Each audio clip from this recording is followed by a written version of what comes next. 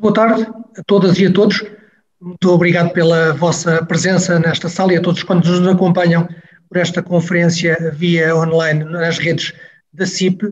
Nós estamos aqui para apresentar o 6º inquérito realizado neste projeto Sinais Vitais, uma parceria entre a CIP e o Marketing Futurecast Lab do ISCTE. Como é sabido, nós já é a 13ª edição deste inquérito que estamos a realizar. O nosso objetivo é termos informação atualizada, útil, importante, oportuna e, de facto, totalmente objetiva da parte daquilo que é o sentir e o pensar das empresas portuguesas neste momento tão difícil como o da pandemia. E por isso é que, da nossa perspectiva, esta parceria com o Marketing Futurecast Lab do ISCTE é muito importante.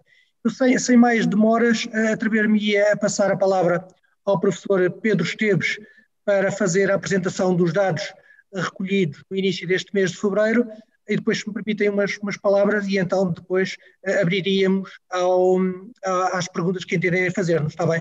Professor, se quiser... Obrigado. Muito boa tarde a todos. Vou aqui agora partilhar com todos a apresentação que nós preparamos para esse efeito. Vamos falar, claro, das expectativas que foram recolhidas agora no início de fevereiro e no que diz respeito a alguns dados sobre a atividade das empresas, esses dados dizem respeito a janeiro. Já foi dito pelo Dr. Óscar Gaspar que, portanto, isto é uma parceria entre o ISCTE e a CIP, com intervenção também das associações. E vamos começar já por mostrar qual foi o universo e a amostra que foi recolhida. Tivemos 519 empresas, o que dá para um intervalo de confiança de 95%, um erro máximo amostral de 4,3%, o que é muito razoável. Em termos de caracterização ainda da amostra, qual foi a repartição por setores? A indústria e energia com 34% surge em larga maioria, a exemplo dos inquéritos passados, seguidamente 29% em outros serviços e o comércio 12%. Há aqui um decréscimo do peso do comércio também neste inquérito, porventura motivado exatamente pelo novo confinamento que determinou menor atividade deste setor. Em termos de dimensão das empresas, temos que 82% delas são ou micro e pequenas. De facto, 82% é a grande maioria das empresas que responderam ao inquérito, sendo que 5% são também de grandes empresas. Apesar de que este número, em termos do universo total, seja um bocadinho maior aqui, neste resultado, de qualquer das formas é importante para também constatarmos as respostas e o pensar destas grandes empresas. Em termos de barómetro, começamos, como habitualmente, com a pergunta sobre como é que avaliam os programas de apoio do Estado e registamos aqui assim, um valor mais alto destes meses, desde que fazemos o inquérito. Temos 85%, de facto, é um resultado muito elevado, considero aquém ou muito aquém daquilo que seria necessário. Já agora, em termos de os programas de apoio, digamos, verificou-se que 40% dos respondentes pediram e 60% não. Dos que pediram essa candidatura, 65% foi aprovada, 28% está à espera de resposta e apenas 7% foi rejeitada. Dos que foram aprovados, dos 65% que foram aprovados, 72% já receberam o apoio, há ainda, contudo, 28% que não o recebeu. Em termos de funcionamento das empresas, verifica-se, como consequência natural destas novas medidas que foram adotadas já no final de janeiro, que 67% das empresas encontram-se em funcionamento, ou seja, há aqui uma descida significativa, estamos a falar de uma descida de 18 pontos percentuais. Estes 18 pontos percentuais foram ocupados quer pelas parcialmente encerradas, que passaram de 13% para 24%, ou mesmo para totalmente encerradas. Portanto, há aqui um agravar do tecido económico no seu funcionamento. Em termos dos prazos de pagamento, como sendo algo que tem reflexos depois em espiral em toda a economia, verificamos que 66% mantiveram os prazos de pagamento aos seus fornecedores.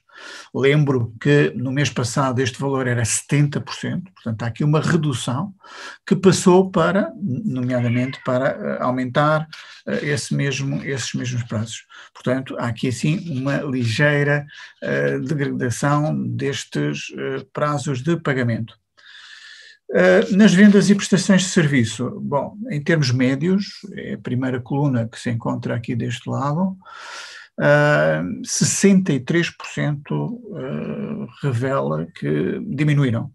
Em janeiro de 2021, cá está, os dados que apresentamos aqui são de janeiro de 2021, em relação a janeiro de 2020, 63% registram uma diminuição e 26% uma manutenção.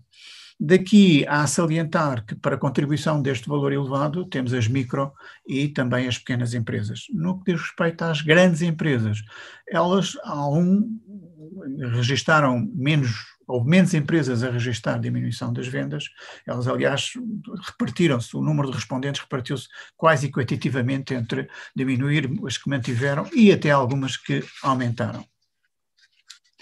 Nas vendas e prestação de serviços a novos clientes, nós temos vindo a medir este indicador porque consideramos que é muito útil para verificarmos o dinamismo das empresas quando confrontadas com as dificuldades que têm tido. E 33% revelam que fizeram vendas de facto a novos clientes. E dessas vendas, em média do que representou no conjunto das suas vendas, já representaram 16,4% das vendas de janeiro, o que é, de facto, um valor significativo. No que diz respeito a prazos de recebimento, bom, aqui 60% mantiveram, o que, no fundo, é bom para quem está a trabalhar, ter 60% dessas empresas realçar que mantiveram os prazos de recebimento. Todavia, há 30% que registram que esses prazos de recebimento aumentaram. Ou seja, deixaram de receber no tempo a que estavam contratados e passaram a receber mais tarde. E em média 38 dias. Isto é muito significativo em termos do esforço financeiro que obriga às empresas, uma vez que lhe atrasam os seus recebimentos. Mais gravoso, eu diria, é de facto as encomendas em carteira. De facto, aqui registamos que 1 de fevereiro de 2001 versus 1 de fevereiro de 2020, portanto quisemos que as empresas comparassem estes 2 meses, e aquilo que se verificaram foi que 44% das empresas registram uma diminuição dessa carteira de encomendas. Isto significa que as suas vendas a médio prazo, 3 a 6 meses, vão se reduzir, e vão se reduzir por este valor, no mínimo. Temos também que 18% se mantiveram e que em 9% apenas se aumentaram essas encomendas.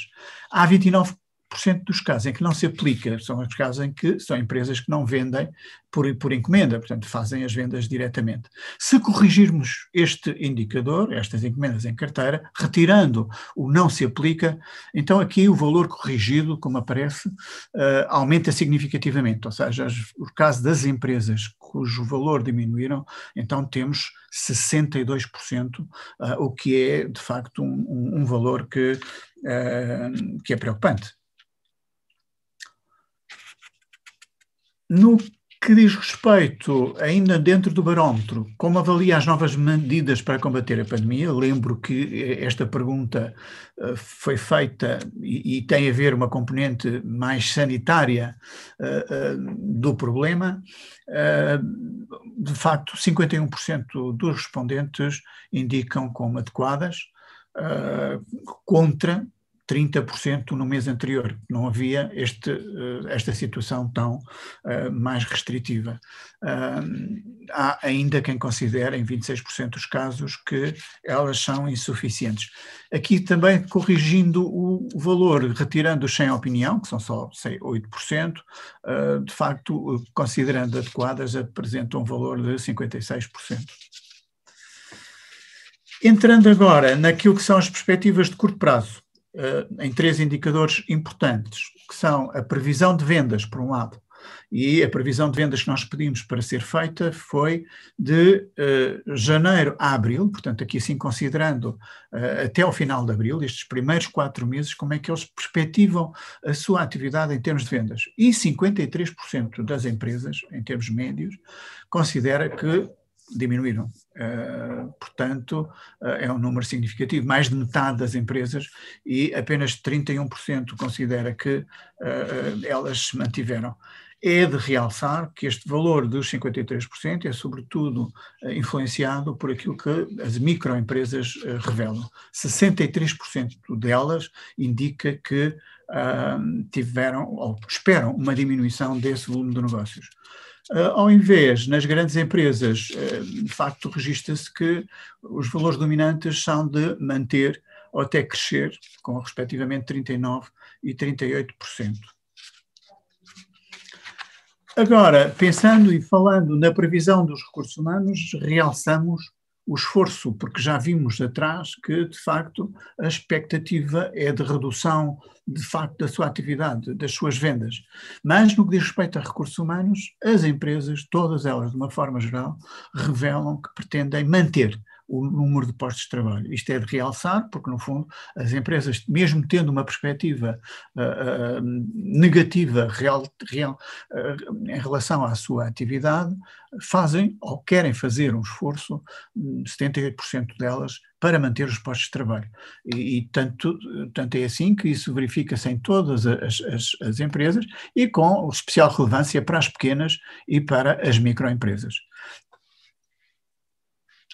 No que diz respeito à previsão de investimento, aqui os dados são mais preocupantes. De facto, o investimento é aquilo que vai permitir um dinamismo da atividade económica, como todos nós sabemos, e, em termos médios, aquilo que se pensam para 2021.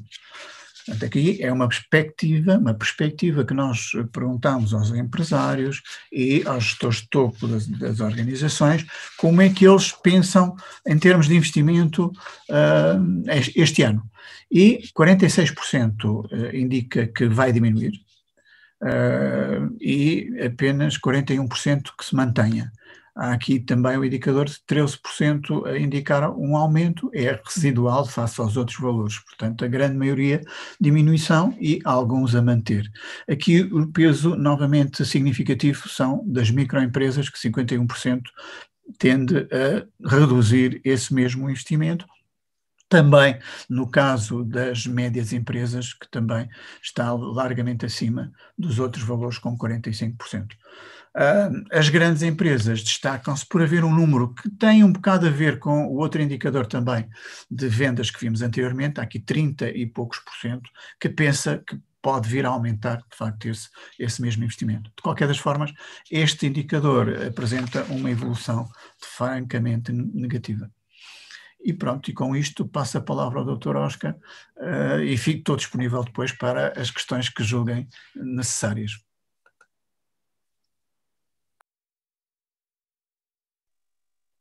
Muito obrigado, professor Pedro Esteves. Como terão constatado, estes elementos são da maior importância para todos nós, enquanto agentes económicos, e penso também para os analistas e para os decisores políticos. Penso também que a primeira conclusão que se pode tirar destes novos elementos que temos é que houve uma deterioração das condições de atividade económica do país de forma muito, muito relevante no mês passado. Ou seja, estas conclusões dão nota de um terrível mês de janeiro para as empresas portuguesas.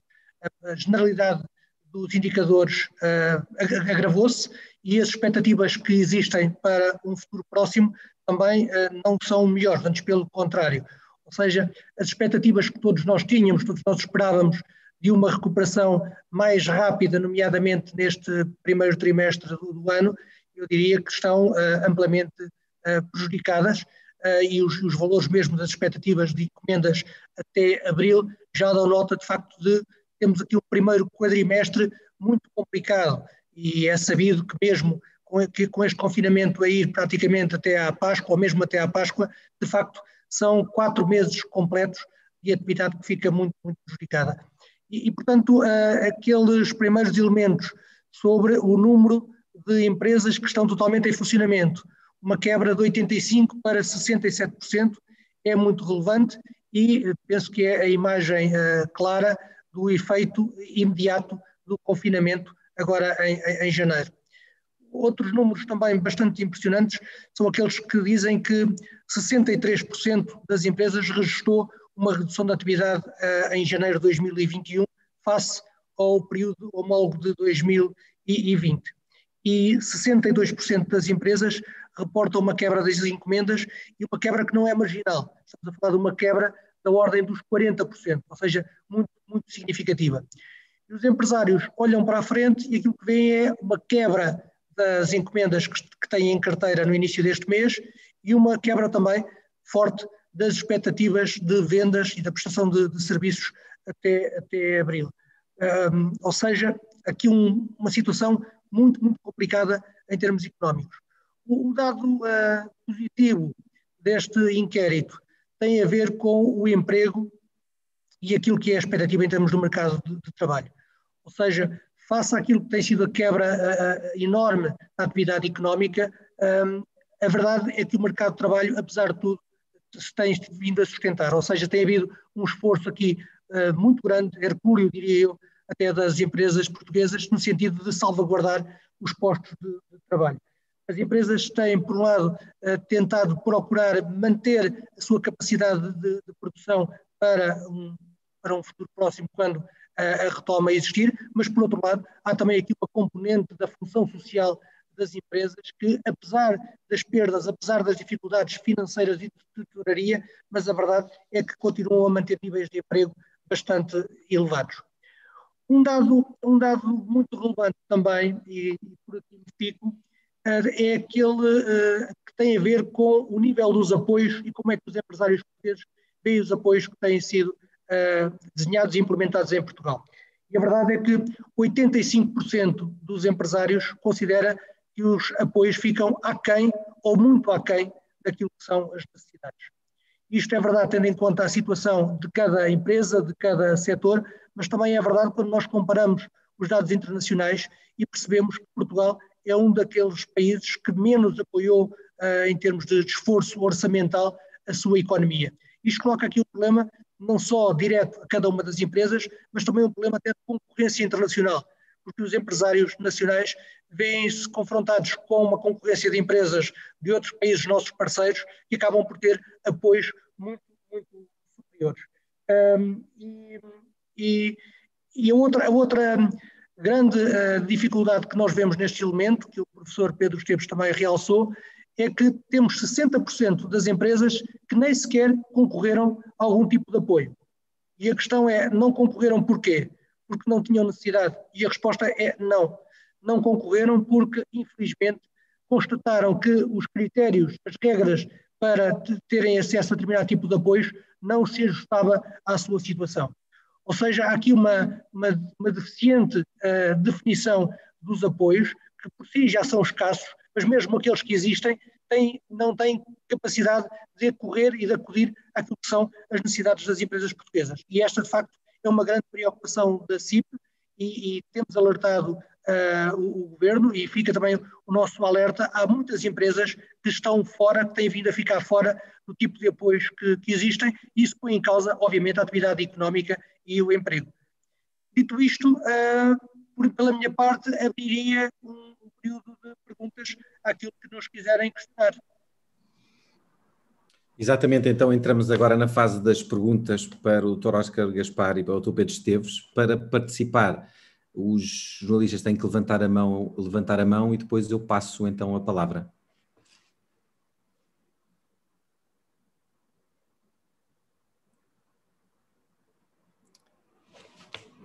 Se a primeira pergunta for difícil, passamos já à segunda, que é sempre melhor.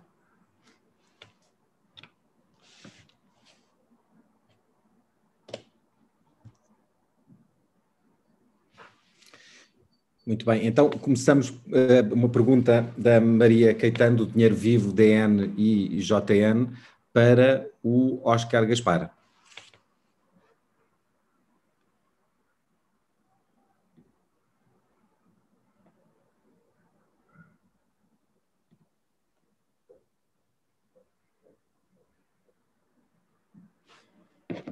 Sim?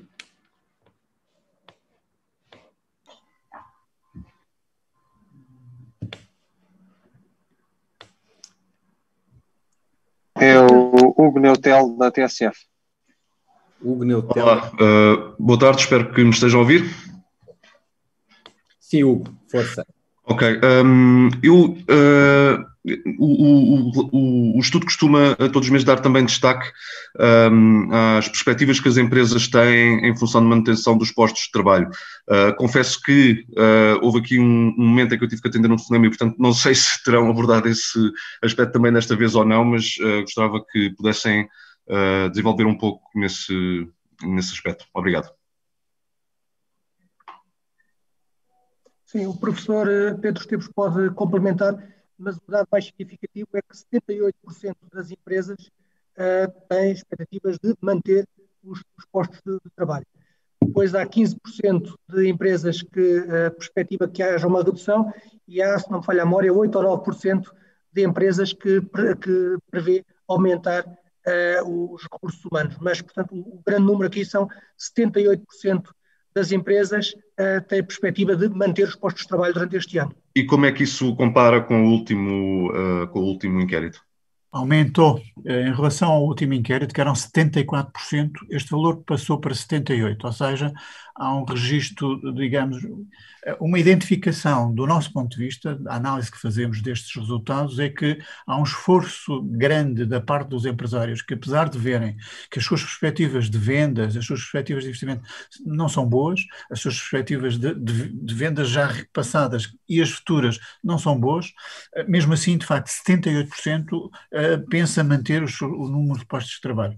Esse valor é tanto mais significativo também, já agora posso lhe dizer, ao nível quer das pequenas empresas, quer também das micro, que se situam na manutenção em 80% e em 79% respectivamente, as pequenas e as micro. No caso das grandes, há aqui assim um valor de 15% que apresenta a perspectiva de poder vir a aumentar, inclusivamente esse número de postos de trabalho. Está um pouco em linha com a sua expectativa, estou a falar no caso das grandes empresas, que tem 31% delas têm a perspectiva de aumentar investimento e aumentar as suas vendas. Portanto, tem a ver com isso. Mas o que há a realçar é que 78%, de facto, média de todas estas empresas, pensa ou esforça-se, com certeza, para manter o número de postos de trabalho. Obrigado. Muito bem, agora sim, então a Maria Caetano, do Dinheiro Vivo, Diário de Notícias e Jornal de Notícias. Olá, boa tarde. Peço desculpa porque tive aqui um problema técnico. Eu queria perguntar um detalhe em relação ao estudo, para poder situar também. O inquérito foi realizado em que período de janeiro? Isto para perceber se já foi no momento em que, por exemplo, em relação ao layoff simplificado, este já estava a permitir candidaturas ou não, e perceber também se nesse momento as empresas estariam já a requerer outros apoios disponíveis, nomeadamente os apoios disponibilizados através do programa Apoiar. Eu posso responder, se o Dr. Óscar Gaspar não vê inconveniente. Portanto, o inquérito, eu não fui claro, e obrigado pela Maria fazer essa pergunta, porque assim permite esclarecer. O inquérito foi realizado entre 4 de fevereiro e 12 de fevereiro. Portanto, tudo o que tem a ver com a opinião dos empresários já tem todas as medidas que já novo confinamento, os novos apoios que foram, entretanto, apresentados. Os dados relativamente às empresas, quando nós perguntamos às empresas como é que foram as suas vendas em janeiro, bom, isso são dados de facto de janeiro, mas as respostas que nós registramos, elas são recentes, portanto o inquérito terminou a semana passada, a meio da semana passada, e portanto revela já a opinião que têm relativamente a tudo aquilo que é conhecido até ao momento. Quando referi há pouco, quando se referia há pouco a questão dos critérios de elegibilidade para os apoios não estarem a servir às empresas que estão em necessidade, em que critérios exatamente é que estaria a pensar? Os de faturação? Isso nós não perguntamos, só perguntamos de facto o porquê de não se ter candidatado e de facto caracterizamos, e um dos aspectos que foi caracterizado era não preenche os critérios de elegibilidade para os processos. E, de facto, há aqui, como o Dr. Oscar já referenciou, há um número significativo desses que disseram que não, 47% consideram-se eles próprios que não tinham elegibilidade para. O que também, como o Dr. Oscar já referenciou, revela que há aqui uma desadequação qualquer entre aquilo que está a ser proposto e aquilo que as empresas conseguem aceder. Mas a referência ao programa Apoiar permite-me também dizer mais alguma coisa sobre estas linhas. O programa Apoiar.pt e o Apoiar Restauração são dois exemplos daquilo que não devia ter acontecido. Quando a sua pergunta dia antes de fevereiro, por exemplo, o Apoiar.pt, como é sabido, foi suspenso às 23 horas e 59 minutos do dia 5 de fevereiro, de forma intempestiva, sem qualquer tipo de pré-aviso, e aquilo que nós sabemos é que há muitos empresários da área da restauração, da área da hotelaria, que no sábado, dia 6, eram para submeter processos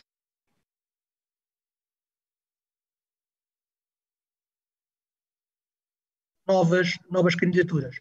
Ou seja, na nossa perspectiva, o que aconteceu com o Apoiar.pt, com o Apoiar Restauração, é absolutamente incompreensível, até diria que é paradoxal e errado. E é incompreensível porque o governo não pode permitir-se decretar o fim da crise através do despacho. Isso não é aceitável. Quer dizer, se todos os 15 dias nós temos uma prorrogação do estado de emergência, em paralelo, deveria também haver a prorrogação das medidas de apoio de acordo com aquilo que é a percepção cada vez mais clara do aprofundamento da crise. Isto está em causa. Ou seja, nós hoje, à data de meados de fevereiro, obviamente temos uma percepção muito mais clara do que está a acontecer este mês e o que vai acontecer este trimestre ou este quadrimestre do que aquilo que tínhamos em setembro e outubro. E, portanto, o Governo devia, a par e passo, estar a ajustar as medidas de acordo com aquilo que é a gravidade da crise e não, por isso, simplesmente terminar com elas. Por outro lado, disse que me parecia até paradoxal, porque nós temos ouvido vários membros do Governo, a nível ministerial, a dizer que as medidas só vão ser retiradas quando houver uma clara indicação de que há uma retoma económica. Ora, neste caso concreto, temos aqui duas linhas de apoio, por isso simplesmente foram retiradas quando a crise ainda está a passar num momento tão grave. E é uma medida claramente errada, o fim desta, ou pelo menos a suspensão, e já lá vai uma semana e meia e estas linhas não foram repostas, mas esta suspensão do Apoiar.pt e do Apoiar Restauração é profundamente errada, porque as empresas estão de facto a necessitar deste tipo de apoios. E, portanto, criam aqui uma total instabilidade ao tecido económico. Por um lado, pensa que as medidas que existem porque estão no papel, mas por outro lado, quando está em condições de submeter as candidaturas, percebe, como aconteceu nestes casos, que por isso simplesmente foram encerrados. Nós bem percebemos que o Governo, o que diz e bem, houve de facto uma procura muito grande em relação a este tipo de apoios e eu percebo que há determinado tipo de plafons que podem ter sido escutados e que, portanto, não se podia ir além disso. Agora, A questão que se coloca com os plafons é que os plafons têm que ser ajustados àquilo que são as necessidades e não ajustados a um determinado tipo de decisão administrativa. E também nesse sentido é que nós na CIP vemos, por um lado, com muita apreensão que as verbas da União Europeia, portanto da célebre bazuca, eventualmente só venham no segundo semestre e até mais para o fim do segundo semestre. Isto é uma preocupação. Por outro lado, nós sabemos que há no Orçamento do Estado para 2021 um artigo específico para a antecipação destas verbas dos apoios comunitários, mas admito que um orçamento que terá sido feito em junho, julho e que terá sido aprovado na generalidade em novembro, está neste momento já desatualizado e, porventura, esse tipo de linhas de antecipação daquilo que são as verbas europeias deveria ser reforçado no sentido de fazer face àquilo que é a realidade do país, que é, como disse há pouco, uma realidade bastante distinta, para pior, daquilo que todos nós esperávamos há 6 meses atrás. Houve aqui algumas interrupções, Oscar. Eu não sei se Maria Caetano se perdeu alguma coisa. Perdi, mas a ideia foi retomar mais à frente, não há problema. Obrigado. Então, a próxima pergunta é do Vítor Ferreira, do Público. Vítor?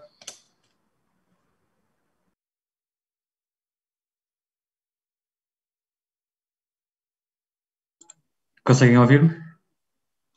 Perfeitamente. Okay. Eu penso que, não sei se tem o vosso som, mas vamos tentar. Boa tarde. Duas perguntas. A primeira tem a ver com algo que já foi dito e que diz respeito ao volume de empresas que declaram não terem recorrido a qualquer medida de apoio nos últimos 3 meses. Na verdade, nos últimos 3 meses não havia muitas medidas em vigor, era só o programa a apoiar e o incentivo à normalização não, mas o outro, agora me estava a escapar o nome, apoio à retoma. Mas eu gostaria de perguntar em que é que se baseia para retirar a conclusão, se tem esses dados, para retirar a conclusão de que aquela percentagem elevada deve-se à desadequação dos critérios, ou melhor, ao facto das empresas, da situação da realidade não se encaixar nos critérios que o Governo tem vindo a definir. Essa era uma pergunta. A segunda pergunta tem a ver não com algo que foi dito, mas com algo que está na apresentação. Não sei exatamente para quais interlocutores é que deverá ir a pergunta, se calhar para os dois. Fico com a ideia que, tendo comparado janeiro com fevereiro, que a situação, em termos de expectativas face ao futuro, é mais animadora nas grandes empresas do que nas pequenas empresas. Isto sempre foi assim, mas fico também com a ideia, eu fiz aqui uma comparação um bocado, enfim, apressada, portanto, perdoem-me se estiver errado e corrijam, mas fico com a ideia de que a distância, a assimetria entre as expectativas das grandes empresas ainda ficou mais distante, é maior do que antes, face à expectativa que existe nas pequenas e microempresas. Se eu vi bem, eu penso que vi bem, qual será o fator que ajudará a explicar este fosso crescente entre grandes e pequenas empresas e, se ele existe, como é que ele se pode resolver? Obrigado.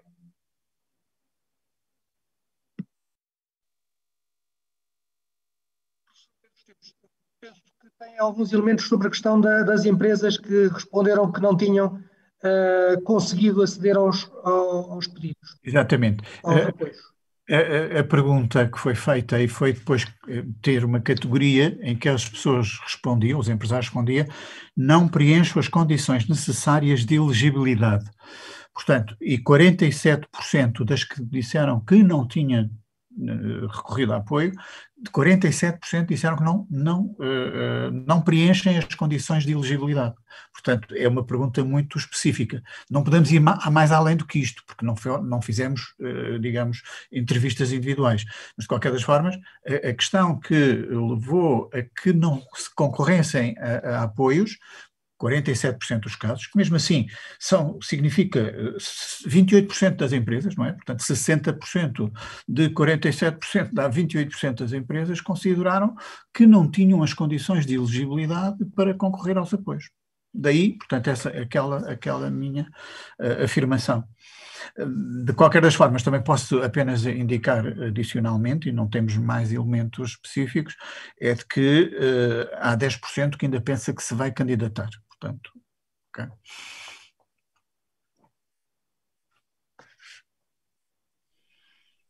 Por outro lado, em relação à questão das grandes empresas versus as micro e as pequenas empresas, a sua percepção, do meu ponto de vista, está correta, a sua leitura dos dados. A minha interpretação é que, no caso das microempresas e das pequenas empresas, dependem em maior grau do mercado interno, e o mercado interno muito penalizado pela falta de mobilidade pelas regras do confinamento. E, por outro lado, as maiores empresas também terão outro tipo de estrutura financeira, estrutura de capitais, que lhes permitam estar a suportar melhor a crise. Mas parece-me evidente, aliás, o dado não é só de Portugal, numa série de países, a própria Comissão Europeia também já chamou a atenção para esse facto, a crise, de facto, tem afetado mais gravemente as empresas de menor dimensão do que as de maior dimensão. Se me permite só acrescentar relativamente a isto, é que